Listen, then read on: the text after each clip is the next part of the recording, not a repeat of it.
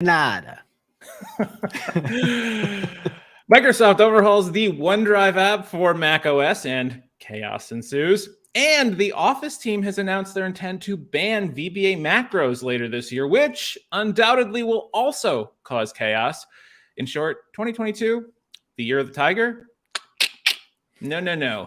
The year of chaos. Clickbait much? Subscribe to stay in the know. This is the MS Refresh Show.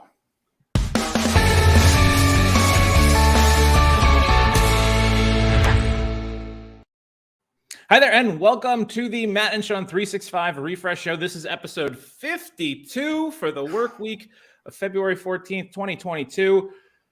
We love you because we came here on Valentine's Day in the US and have both left our partners behind for the evening. So coming to you from the East Coast, the doghouse in the East Coast, my name is Matt Wade. So you don't have your partner holding cue cards up behind the camera? Because that's... I don't. Oh, people think that. Do you put her to people work? think I'm using a teleprompter. No, this is SNL style. We write Sharpie cards. People don't think I use a teleprompter, and they would be correct. Coming from the West Coast, I'm Sean Bugler. Well, hello, Mr. Bugler, and happy Cupid Day to you. How are you? Happy Valentine's Day to you too, Matt. I'm good. I'm just kind of floating along. We took an unexpected hiatus last week for a combination of reasons, one of which was me being out of town in the wilderness, and unexpectedly. And the other being that my back decided to basically just leave my body, and it was a perfect storm. Yes, it was like my internet was not great, and I think I was counting on you carrying us through. With your better internet, but I literally could not carry a thing. Was not up to the test. Right, no, I did not do that. No. But I'm good. Just kind of one day at a time. What about you? How's your world? Not too bad. Just I don't know, day by day, regular stuff. I hear that. Nothing super special. Well, I'm really excited to get back into the swing of things here. There's a ton of stuff. Now, I don't know about you, but for me, one of the things that I do throughout the week is, I'm scrubbing through Twitter, or I'm reading the news, and I'll see like an article that I think is really interesting, and I'll file it away for us to talk about. And for a myriad of reasons, we almost never get to those because there's just not enough time in any of. I was going to say I see things and then tell myself I will write them down, and then never do. They all go into a folder in Instapaper, and I dig that Instapaper account up once a month and go, I wanted to talk about that. Well, you're a step ahead of me. But I'm excited because there's a few things that we're finally going to get a chance to talk about. Yes. There's a lot of really great stuff in the news. And to that end, if you've got nothing else, I think this is as good a time as any for us to springboard in. Let's do it. This is the news.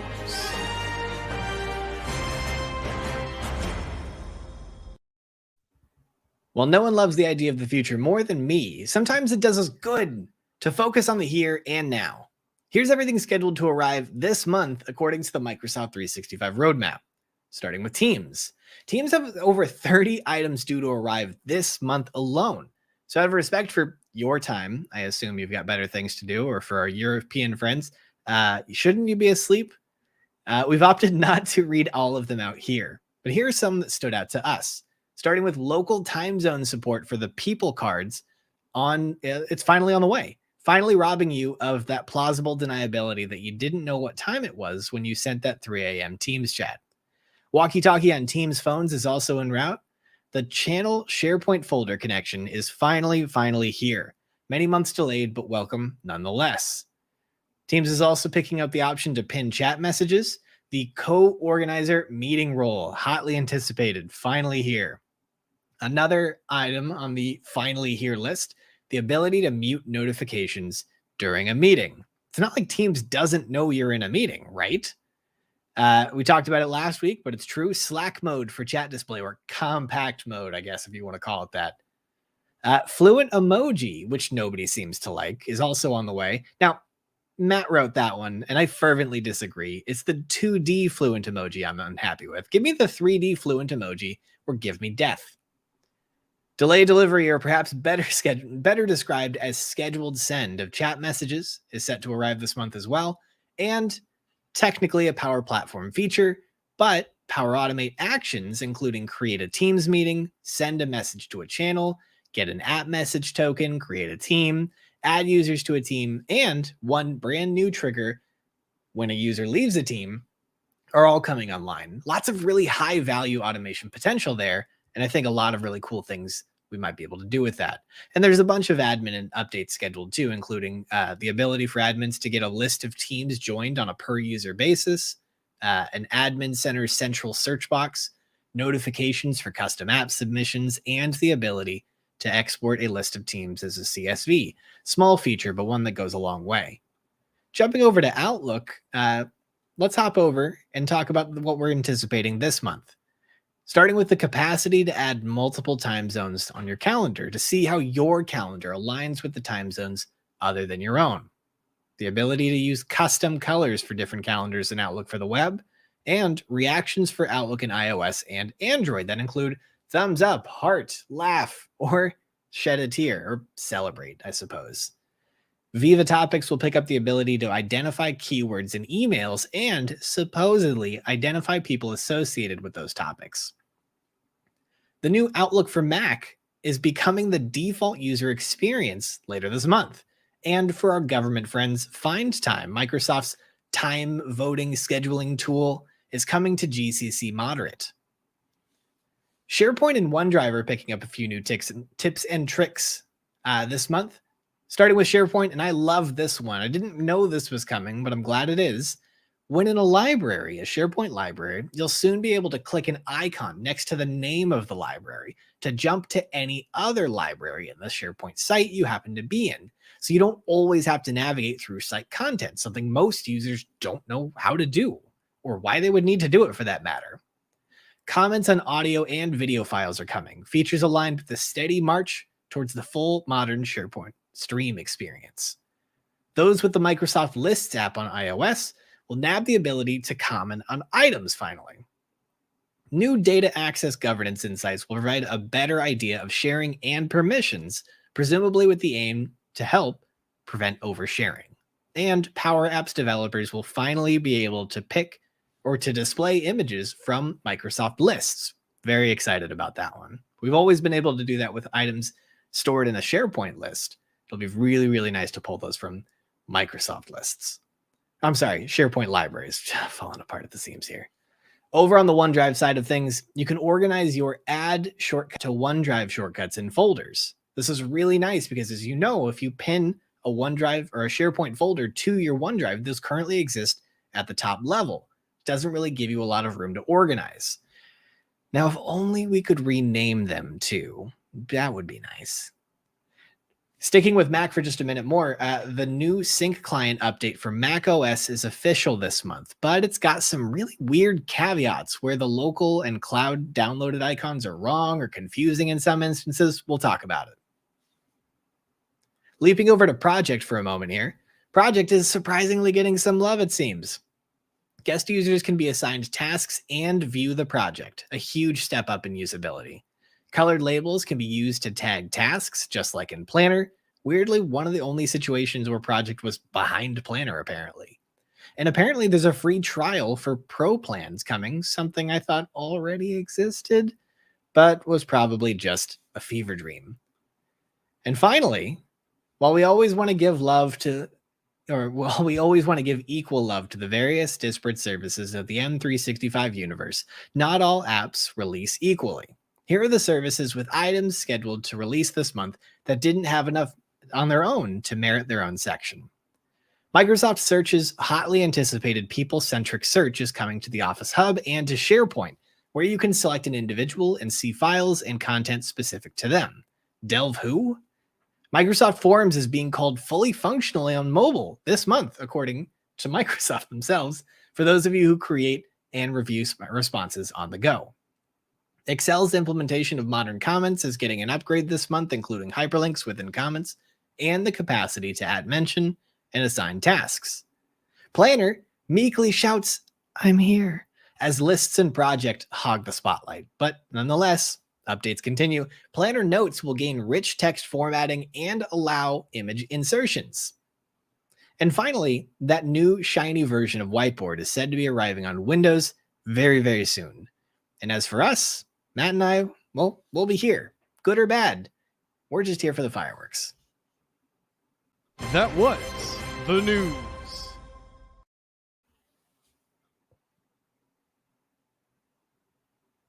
And he is unmuted.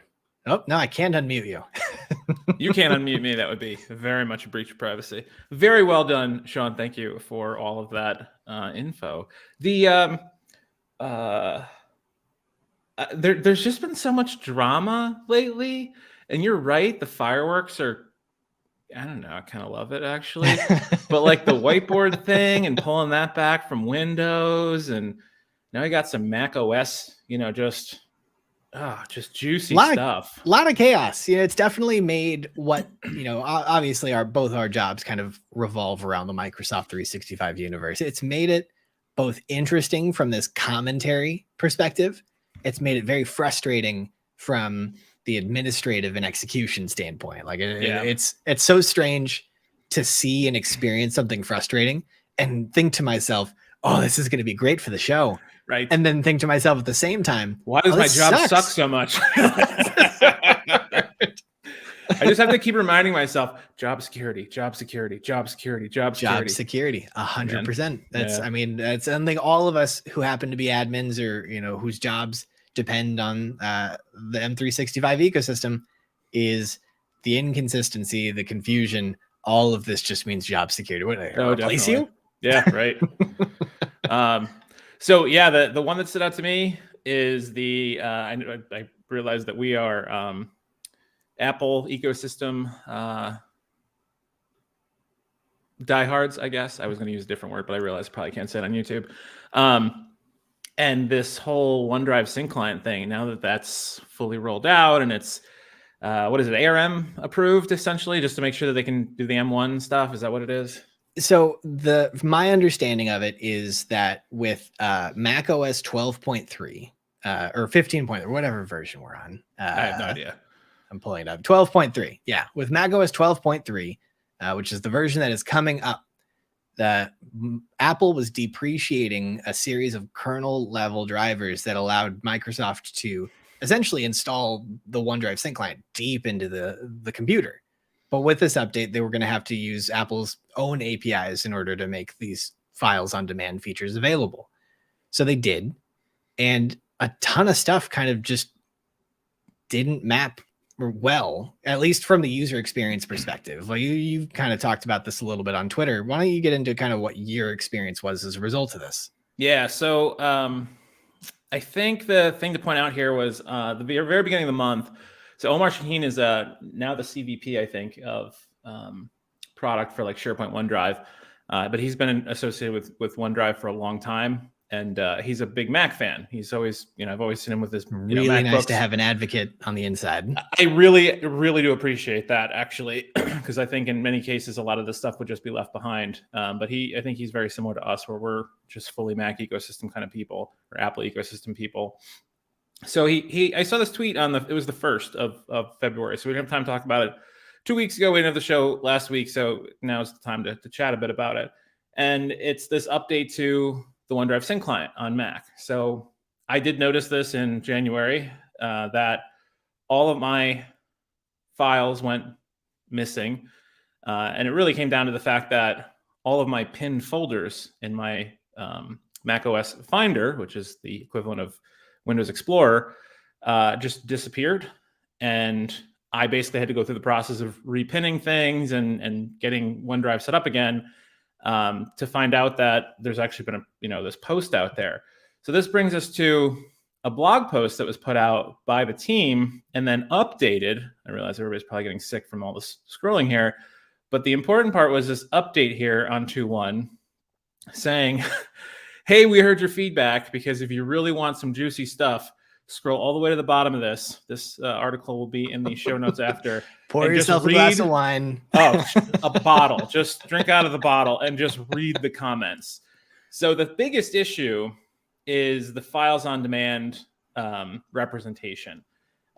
Everything else was sort of a one-off, right? When you made the update to OneDrive, you had to grant access to it in macOS because macOS is so security I don't know what the word. Focused. Yeah, right. Annoying, but I guess I appreciate it.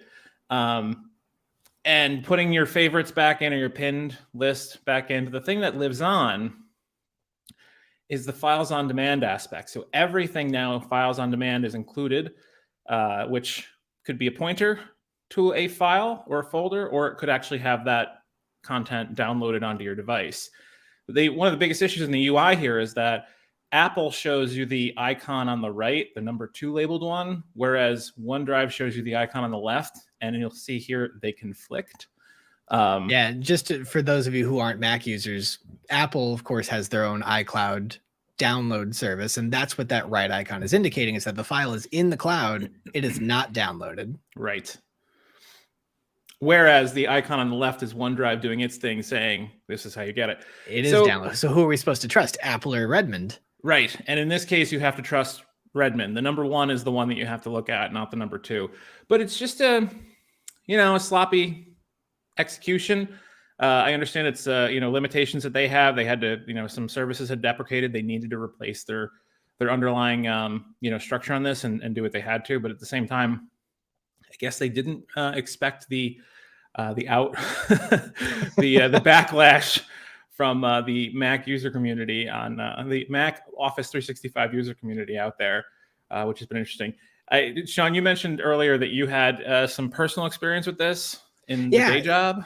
I think, for you and I, people who plug into the ecosystem, who understand the changes, who read the blog posts, this tends to be inconvenient more than anything. We understand what's happening behind the scenes, and we understand that they're going to continue to iterate as they go. But we're the minority in that sense. So I was just helping an executive in my organization who's getting ready to start traveling, help set up OneDrive. So that, across devices, they've been using a home computer for quite some time, and it's a desktop, and now they're going to be traveling. They want to make sure that the iPad works, that the phone works.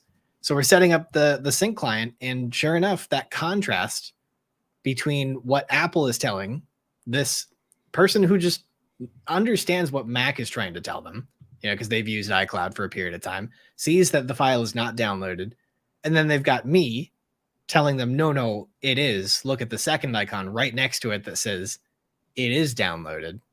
You're essentially saying to them not to trust part of their technology, which for an average user, that's the worst possible messaging. Right. That you can, you don't want to have to point fingers at any of your technology, at anything in your enterprise tech stack, and say, don't trust this. Yes, totally because agree. all that's going to do is cause problems down the road. Yep. And so clearly somebody made the decision, and I understand to your point that there was a timetable, there was a timeline on bringing this to life, but somebody made the decision, let's go live with this now. Yes, they're working with Apple to align those icons so that they say the same thing, but they said, that's fine. We'll write a blog post that will communicate this to the users who are upset enough that they Google it. I'm sorry, Bing it. right. Yeah, and the thing is, I didn't think anything of it when I upgraded OneDrive. I just thought there was some sort of glitch or something, and it wasn't until I stumbled. This is again why Twitter is so useful in this realm. I just stumbled over Omar's post and then came back and read about it. I was like, oh, and then with the update, that was really the thing, right? That's where the sort of the drama came in. It's kind of like the whiteboard for Windows. The user backlash was so strong they had to come back and do something about it, right? Or at least say something about it. Right. I think it's interesting with all the pushback on that blog post too about people saying, why is files on demand the default now? Because there's no choice to not have files on demand. When files on demand was that was one of the big wins that they could actually say was a huge positive, where if you weren't syncing something before, you didn't see it anywhere in your file explorer or in Finder. So files on demand is a good thing, right? For people who've been using shared drives for the last 30 years, they always have access to everything that they can see or that they have access to, right? In that folder structure. And that's defaulting to on. I don't know why that's a negative. I think people hate the idea of choice being taken from them when it's previously been given. I mean, I guess so. But if you're in the Apple ecosystem, This isn't like having an Android phone where you customize everything because you're like a total nerd and like to make it perfect. Like you take what Apple gives you in the Apple ecosystem, and if OneDrive is now going to have files on demand, like you should be used to that kind of stuff not being an option. But very rarely do they give and then take away. It tends to be they give it and then you've got it. But no, I mean, grand scheme is at the end of the world that somebody's going to have to, Command A, right click, and always save on the device. Yeah, I think people were annoyed that there's no easy way to just say download everything, right? Download everything by default, which honestly there is though. But there is. You can Command A everything in your OneDrive. Yeah, but what about right new click folders and save? that I create? If I create a new folder or create a new file at the root level, now I've got to do it for that one too. That's fair. Always nice to be able to disagree with you. Right. Then don't put stuff in your root folder, all right? Organize it better. Oh, here we go. Be better. No, be better. Could care less how you organize your stupid files. So yeah, that's the drama on the macOS side of things. I thought that was kind of fun. You had one that was probably going to be pretty drama filled moving forward. What do you think about this? Yeah, I think for the users that have stuck on, it's always fun to watch the live count fluctuate. And you're like, we're talking about something they don't care about. And they're like, I'll catch the rest later. Right. The ones who have stuck around, are the Mac users, or they have faith that we're going to pivot to something that applies to them. Right. And this pays off. Can we find a nichier topic to talk about next week just to really, really, annoy people?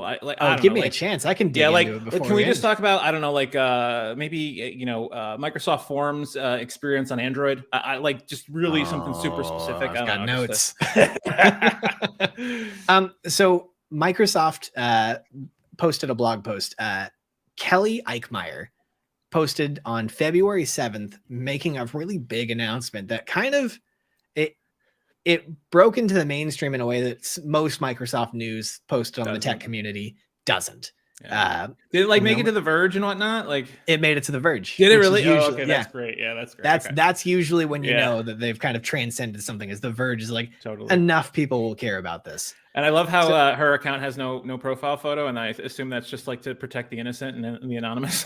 Sure. Yeah. You're like, oh, I have to put my name on this. Great. Right. Yes. So Kelly Eichmeyer, a PM in Microsoft, posted this on February 7th, titled "Helping Users Stay Safe, Blocking Internet Macros by Default in Office." I'll summarize. The gist of this here is that Microsoft is now taking the steps, starting in April with preview customers and moving into general release later this year, to block macros.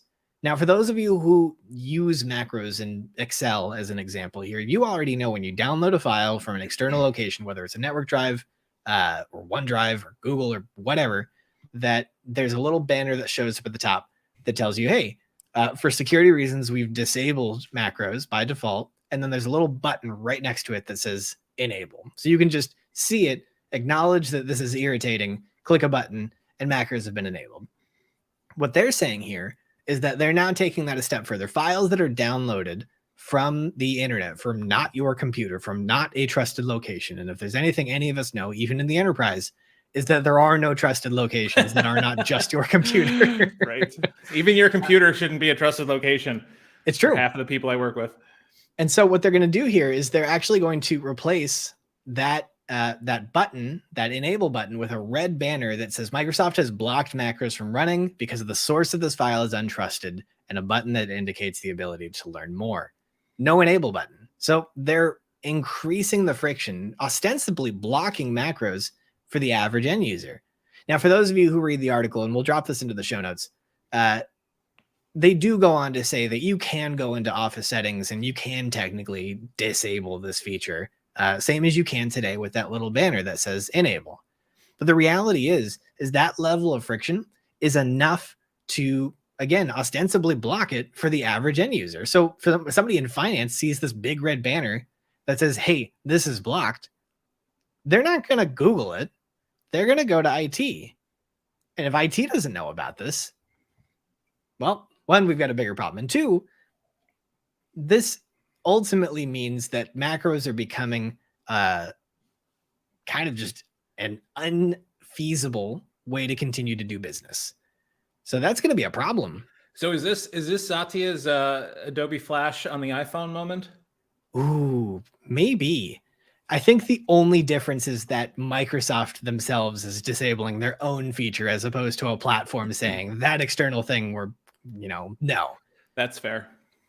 It'll be interesting to see kind of what this means for Office scripts, because that's obviously kind of been held up as the alternative, the cloud-friendly alternative to that. But I don't know about you, but I really haven't heard much about Office scripts in the last 3-4 years. I forgot that term existed. So yeah.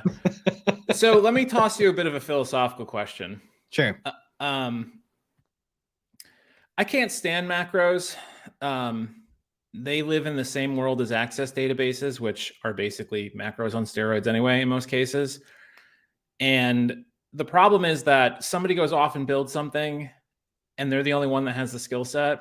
And yeah, it was a quick win and they're able to do something, but invariably everybody has to leave an organization at some point.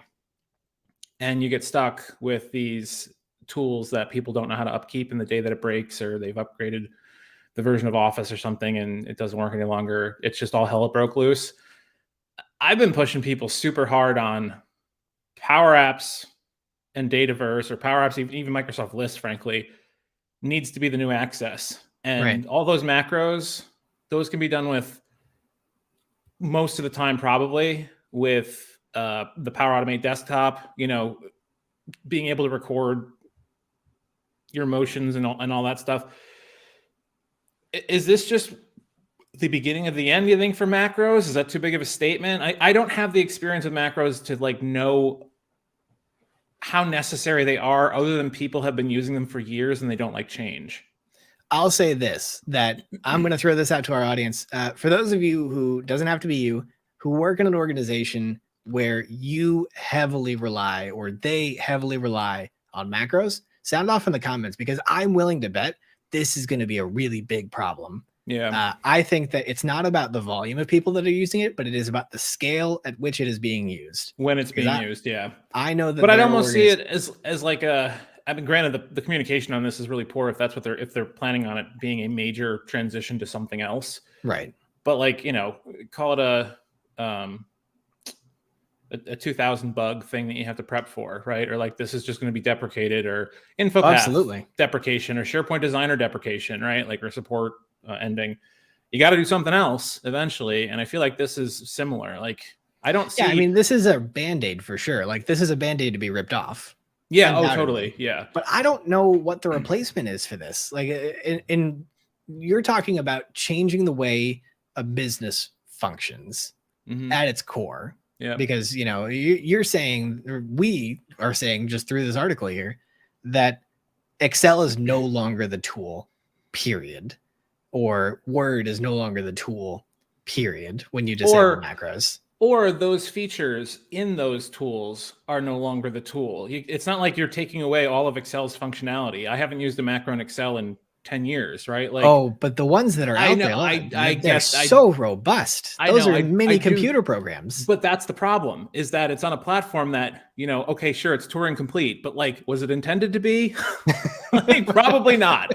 I'm sure when Jeff, Teeper was working on Excel in his early career in the 90s, he's sitting there, boy, I'm going to build the operating system of the future. Right, exactly. And is that necessary? When you think about the Office for the web versions of all of the apps, they don't support macros. Sure. And in what direction is Microsoft moving? They're not moving towards desktop support or desktop extension. Or not to be clear, I don't disagree with you. I mean, I think that this is something that will be better for in the grand scheme as we move away from this. In the article or in the blog post, they note that 25% of all ransomware has a macro component to it.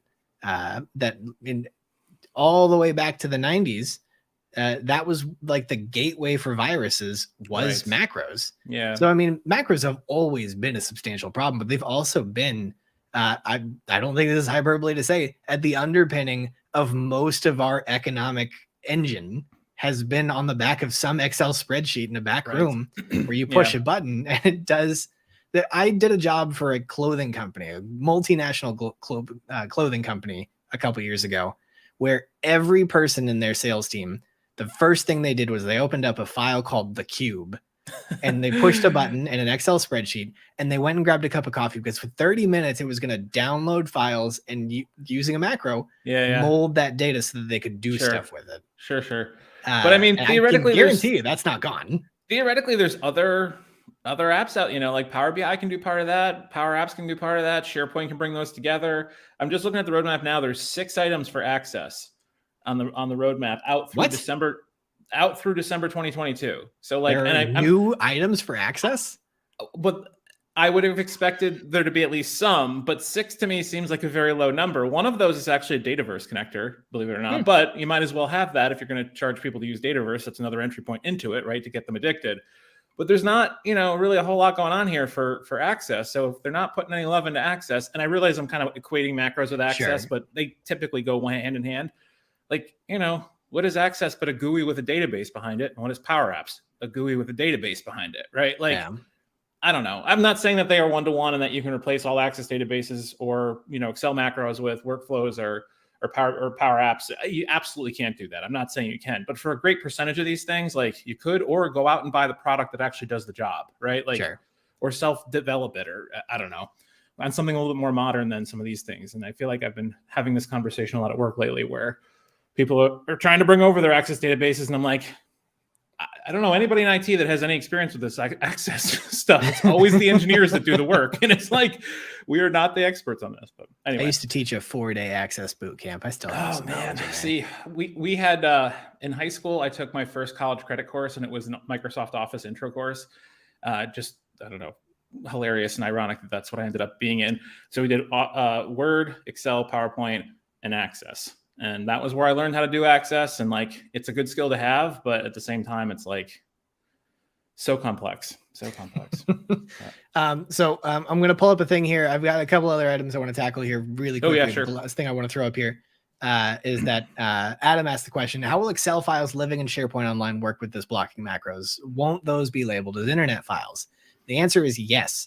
They will be labeled as internet files. That means that macros will be blocked unless your organization is one of the 1% that has properly configured your SharePoint portal as the my camera stopped as a trusted destination. Most organizations have not done that, which means that when you download a file, even if it's from your SharePoint, that is not a trusted location, and that means that macro will be blocked. What about OneDrive syncing?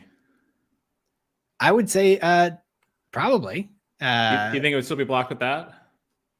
That's a good question. Because I feel like that's your workaround for the whole thing. You don't even have to name your system trusted. Oh, yeah, we're going to coach all of our users on workarounds so that their macros aren't not workaround. I mean, OneDrive Sync is not a workaround. It's a primary access point at this point, I think. Anyway. In an ideal world. Yeah, true. So the second thing that I wanted to tackle here is that a few months ago, maybe a year ago, when Windows 11 was finally starting to hit kind of its release candidate stage, we talked about this. I talked about this. I ranted about this idea that the Windows that was launching was going to launch with 2D emojis. Yes. For those of you that don't know, Microsoft posted a really neat. No, I want this. Oh, sorry. Yeah, I forgive you. So Microsoft posted a blog post where they highlighted all these really neat jazzy emojis like these. Yeah. And they were dimensional and they had shadows and there were animated components to it. And it was really, really cool. They announced it on like World Emoji Day, which is a day neither of us knew existed until that particular day. But what ended up happening as a result of that is that when they announced that Windows 11 was out, everybody scrambled to go check out the emojis. And there were these, I'm not going to say lame, like they were better than what we were starting with, but they were not the 3D emojis we were promised in all of their marketing materials. And so people took the internet and I want to see this. A product manager or a program manager for Windows Insiders, Brandon LeBlanc, on October 14th, 2021, said no, for Windows 11, we are using the 2D versions, period. He then goes on to be very curt in all the subsequent responses of, I've already said everything I can say. Says no, that we're using the 2D versions. There's no wiggle room. And that's the last we heard of it. So we're just going to live with it. What ended up happening is a week ago on February 7th, a blog post written by, let me get the name right here, Microsoft designer Nando Costa indicated that this might be temporary. So there's a really great blog post that we'll link into the show notes here talking about the team and what they thought about and the process of creating these 3D emojis, which I still think are really, really cool. But the interesting part is that when they tweeted about the article, they provided a little bit of additional context. So somebody replied to it, lovely, in reference to the 3D emojis, which is the entire subject of the article. I believe sarcasm wasn't intended there. Wish they actually looked like this on Windows 11. I agree. Nando then goes on to say, thank you and agreed. We're working on that. Now, it's no coincidence, I think, that we've got Windows insiders resolutely saying no, and the design team saying, why not? So I think there's some politics hiding inside of that. Perhaps, who knows? But the hope is that this means that those 2D emojis may very well be temporary. The hope is that we will actually see those really cool 3D Fluent emojis in Windows 11 and across the Microsoft ecosystem.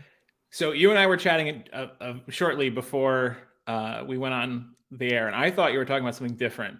So the feedback that I have seen on rolling out these new emoji to Teams, people are displeased with them, not because of the 2D versus 3D aspect, but because they're just difficult to see at that scale.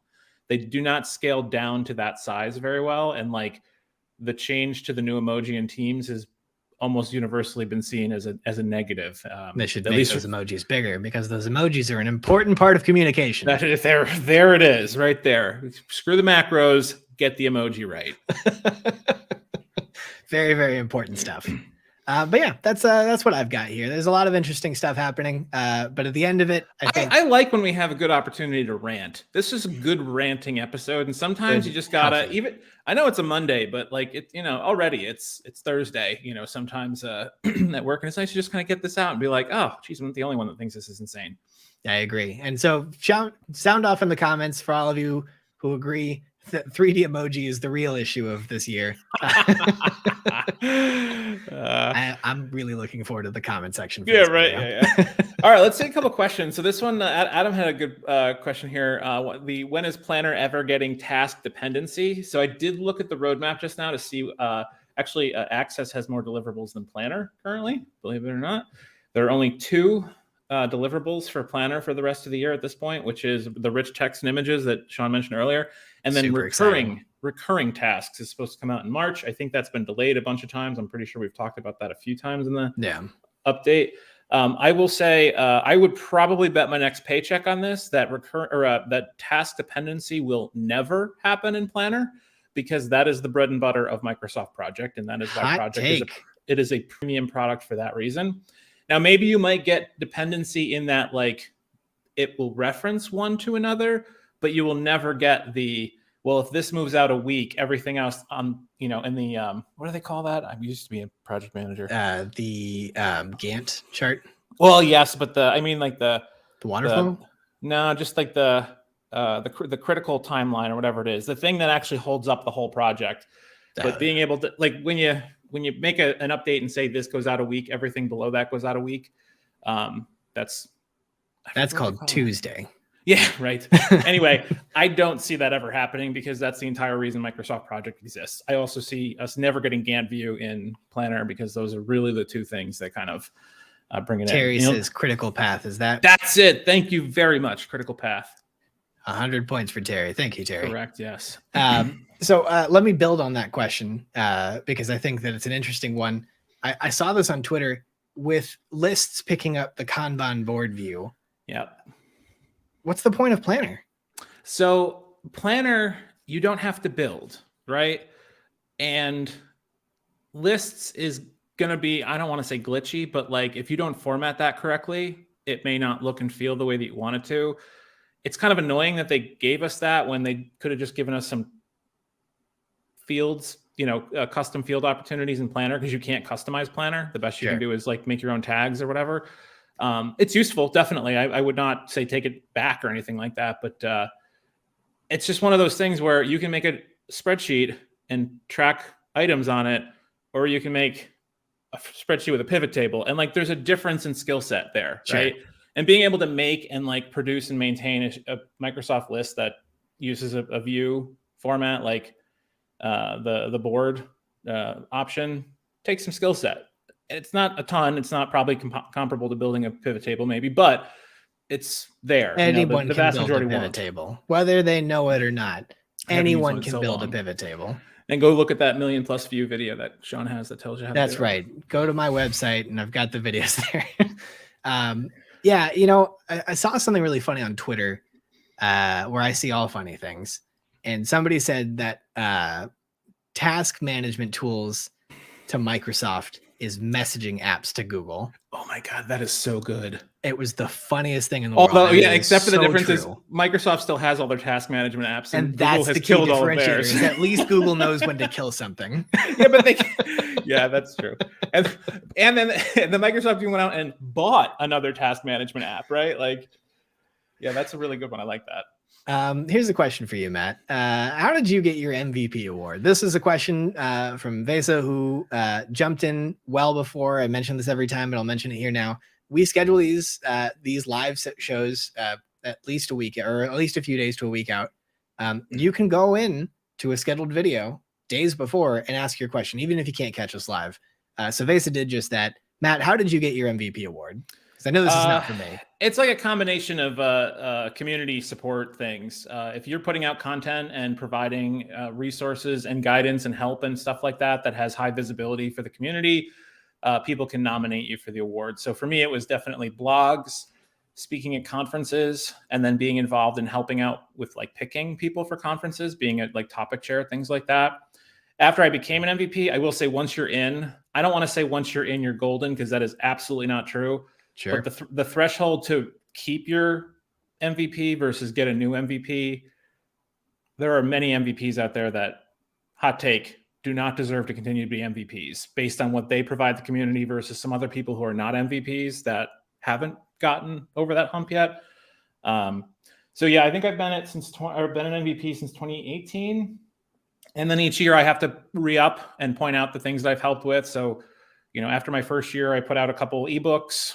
My YouTube videos in 2020 were kind of big.